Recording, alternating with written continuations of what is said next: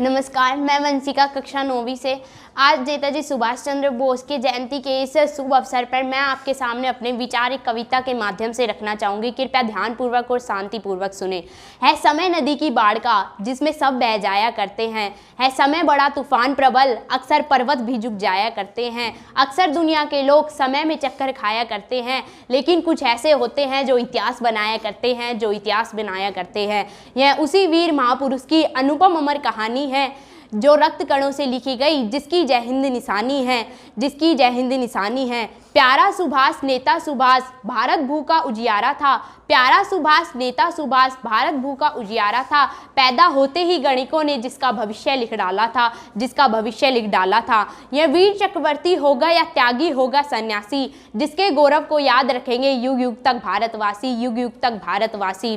सो वही नौकरशाही ने पकड़ जेल में डाला था, लेकिन यह क्रुद्ध कैरी कहाँ फंदे में टिकने वाला था, कहाँ फंदे में टिकने वाला था। बांधे जाते हैं इंसान कभी तूफान न बांधे जाते हैं, बांधी जरूर जाती काया कभी इरादे न बांधे जाते हैं, कभी इरादे न बांधे जाते हैं। यह दृढ़ प्रतिज्ञा सेनानी था जो मौका पाकर निकल गया, यह पारा था जो अंग्रेजों की मुट्ठी में आकर फिसल गया, जो अंग्रेजों की मुट्ठी में आकर फिसल गया। जिस प्रकार धृत दुर्योधन से बचकर यदुनंदन आए थे, जिस प्रकार शिवाजी ने मुगलों के पहरेदार छकाए थे, बस उसी तरह ये तोड़ पिंजरा तोते सा बेदाग गया। जनवरी माह सन 41 मच गया शोर में भाग गया, मच गया शोर में भाग गया। वे कहाँ गए वे कहाँ रहे ये धूमिल अभी कहानी है, वे कहाँ गए वे कहाँ रहे ये धूमिल अभी कहानी है। हमने तो उनके जीवन की वीर कथा आज़ाद फौज से जानी है, आज़ाद फौज से जानी है। धन्यवाद। जय हिंद, जय भारत।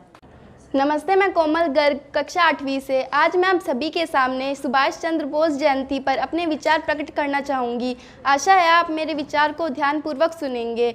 भारत माँ के प्रसिद्ध वीर की बस इतनी अमर कहानी थी, भारत माँ के प्रसिद्ध वीर की बस इतनी अमर कहानी थी। हिंद की आन के खातिर उनकी मिट्टी में मिली जवानी थी, मिट्टी में मिली जवानी थी। भारत माँ के महान देशभक्त वीर पुत्र नेताजी सुभाष चंद्र बोस एक महान क्रांतिकारी स्वतंत्रता सेनानी थे। उनका जन्म 23 जनवरी 1897 में उड़ीसा के कटक शहर में हुआ था। उनके पिताजी का नाम जानकीनाथ बोस तथा माता का नाम प्रभावती देवी था। उन्हें नेताजी के नाम से भी जाना जाता था। उन्होंने आज़ाद हिंद फौज की स्थापना की थी। तुम मुझे खून दो मैं तुम्हें आज़ादी दूंगा जैसे महान शब्दों से उन्होंने सैनिकों को प्रेरित भी किया था। उन्होंने मातृभूमि को स्वतंत्र कराने के लिए ही युवाओं को प्रेरित किया था। नेताजी को ऑल इंडिया यूथ का प्रेसिडेंट के रूप में भी चुना गया था। नेताजी सुभाष चंद्र बोस एक महान राष्ट्रवादी तथा क्रांतिकारी स्वतंत्रता सेनानी थे। उन्होंने कहा था कि राष्ट्रवाद मानव जाति के उच्चतम आदर्श सत्य, शिव और सुंदर से ही प्रेरित है। एक विमान दुर्घटना में 18 अगस्त 1945 को उनकी मृत्यु हो गई, परंतु अपनी वीरता व शौर्यता के कारण उन्होंने अपनी हर भारतीय के दिलों में वे आज भी जिंदा है। जय हिंद, जय भारत। आज नेताजी सुभाष चंद्र बोस का जन्मदिन है और इसको हम किस रूप में सेलिब्रेट करते हैं? पराक्रम दिवस के रूप में। एक महान शख्सियत जिसका स्वतंत्रता संग्राम में मैं मानता हूँ सबसे बड़ा योगदान रहा है, वो थे नेताजी सुभाष चंद्र बोस। पर जितनी प्रसिद्धि और नाम उनका होना चाहिए था वो हम लोग नहीं दे पाए इनको। जब ये कॉलेज के अंदर छात्र जीवन जी रहे थे, उसी दौरान मात्र 15 वर्ष की उम्र में इन्होंने विवेकानंद साहित्य का संपूर्ण अध्ययन कर लिया था और समाज सेवा में अपना जीवन दे दिया था। उस वक्त हमारे देश के अंदर हैजा, निमोनिया, प्लेग ये महामारी फैली हुई थी और उस महामारी के दौर में लगभग 2,50,000 लोगों की मृत्यु हुई थी। उस दौरान ये स्वयंसेवक थे और हॉस्पिटल में जाके घर घर जाके लोगों की सेवा करते थे। उस मतलब मक्खी मच्छर के जैसे लोगों की लाशें पड़ी हुई थी उस वक्त। उसकी जो फोटो है अखबार की कटिंग में मैं आपको दिखाऊंगा इस वीडियो के अंदर कि कैसे हालात थे उस वक्त देश के अंदर। इनका मन बड़ा द्रवित हो गया कि हालात देख के कि एक माँ अपने बच्चों को गोद में लेके रो रही है, लाश को, एक बच्चा अपने पिता को लेकर रो रहा है, हॉस्पिटलों में जगह नहीं है, अंग्रेज सरकार कोई व्यवस्था नहीं कर रही है बीमारी के लिए। लाशें जो पड़ी हुई थी लावारिस, उनको अपने मित्रों दोस्तों के साथ मिलकर ये अंतिम संस्कार कर देते। बस वहीं से कॉलेज जीवन के अंदर अंदर आया था कि ये जो मेरे देश की हालत है उसको मैं बदलूंगा। इनको लंदन जाना पड़ा पढ़ाई के लिए, और ICS की पढ़ाई उस वक्त 4 साल में पूरी होती थी, पर इन्होंने मात्र 8 महीने में वो ना सिर्फ 4 साल की पढ़ाई पूरी की, और ओवरऑल उस परीक्षा के अंदर इन्होंने पूरे वर्ल्ड के अंदर 4था स्थान हासिल किया था, 4th रैंक। उसके बाद इन्होंने वहाँ पे अफसर की नौकरी की ICS के अंदर। तो उनके पास इंडिया की खबरें आती रहती थी, क्योंकि हमारा देश गुलाम था, हमारे देश की हालत ख़राब थी, रोज़ अखबारों में खबर पढ़ते। तो इन्होंने अपने बड़े भाई शशिकांत दास को पत्र लिखा कि मेरा यहाँ दम घुट रहा है, मैं बचपन से विवेकानंद, दयानंद सरस्वती और अरविंद घोष को पढ़ते हुए जीवन निकाला है मैंने, और उनकी बातें मेरे जीवन में आत्मसात हो सकती है, और मुझे यहाँ गुलामी का अनुभव हो रहा, मुझसे नौकरी नहीं करी जाएगी। उसके बाद ये 1920 में वापस आए भारत, और वापस आने से पहले जब इन्होंने नौकरी वहाँ छोड़ी तो लंदन में हंगामा मच गया अखबारों के अंदर कि कोई एक भारतीय आदमी जो पहली बार इस पद तक पहुँचा है अफसरशाही के अंदर, वो नौकरी को लात मार रहे अपने देश के लिए।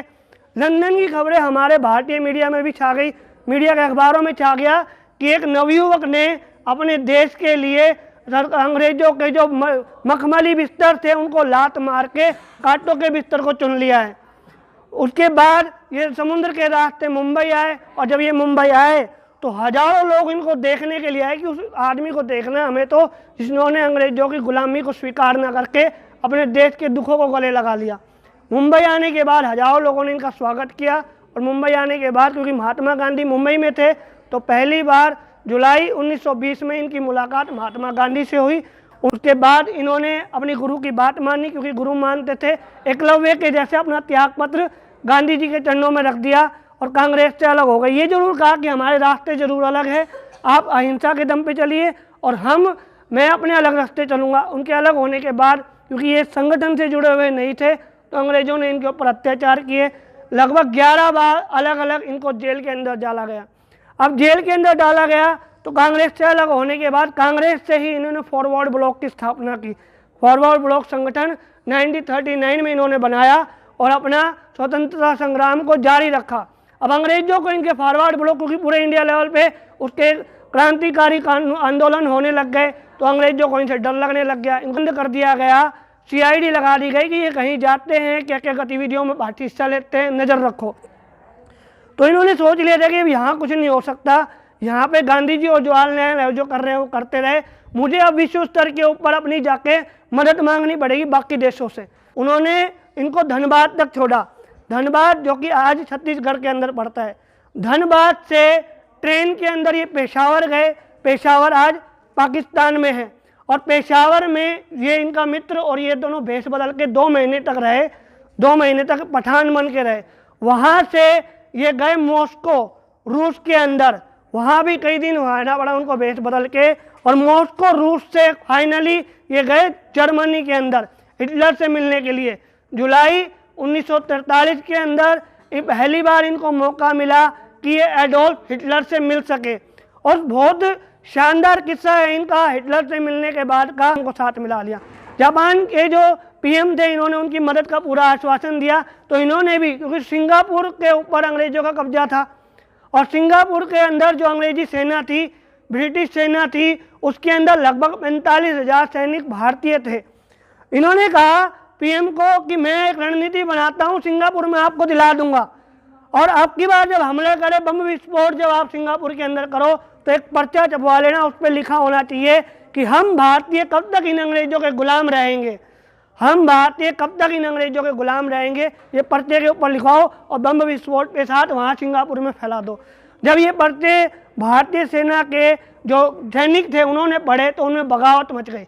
बगावत हुई, वहाँ से जापान ने लगातार हमले किए और सिंगापुर के ऊपर कब्जा कर लिया 1943 के अंदर जापान में सिंगापुर पे कब्जा होने के बाद जापान ने जो 45,000 जो सैनिक थे भारतीय, जिनको कैदी बनाया था, उनको सुभाष चंद्र बोस को दे दिया, और रास बिहारी की मदद से उन्होंने 1943 के अंदर आपकी आज़ाद हिंद फौज की स्थापना की। 1944 में उन्होंने रेडियो के माध्यम से, आज़ाद हिंद रेडियो ही बनाया था उन्होंने, उसके माध्यम से महात्मा गांधी से और हमारे पूरे देश को संबोधित करते हुए ये बताया था कि उन्होंने जापान से मदद क्यों मांगी। उन्होंने आज़ाद हिंद फौज की स्थापना क्यों की और उनके जो उद्देश्य है, उनका जो लक्ष्य है आज़ाद हिंद फौज बनाने का, वो क्या है। तो जापान से ये वियतनाम गए और वियतनाम से ये खबरें आती है कि वियतनाम में जाने के बाद वहाँ से ये जो मॉस्को जा रहे थे रूस, तो वहाँ पे जो ताइवान है, ताइकान में होई एकू नाम से जगह है, वहाँ पे इनका विमान क्रैश हो गया। डेट बताते हैं 18 अगस्त 1945 के अंदर, 1945 में इनका प्लेन क्रैश हो गया। ये सूचना जापान जो विदेश मंत्रालय है उन्होंने भारत को दी। उसके बाद नेताजी सुभाष चंद्र बोस कहाँ हैं, उनका क्या हुआ, प्लेन क्रैश में उनकी डेथ हुई या नहीं हुई, ये आज तक संशय बना हुआ है। भारत का आज़ाद होने में मेरी व्यक्तिगत राय यही है कि सबसे ज़्यादा अहम योगदान जो किसी का था तो वो नेताजी सुभाष चंद्र बोस का था। हम जब विद्यार्थी जीवन में थे तो हमें सुभाष चंद्र बोस के बारे में ज़्यादा पढ़ने को नहीं मिला। हमें सिर्फ यही बताया जाता था कि आज़ाद हिंद फौज की स्थापना किसने की, सुभाष चंद्र बोस ने की।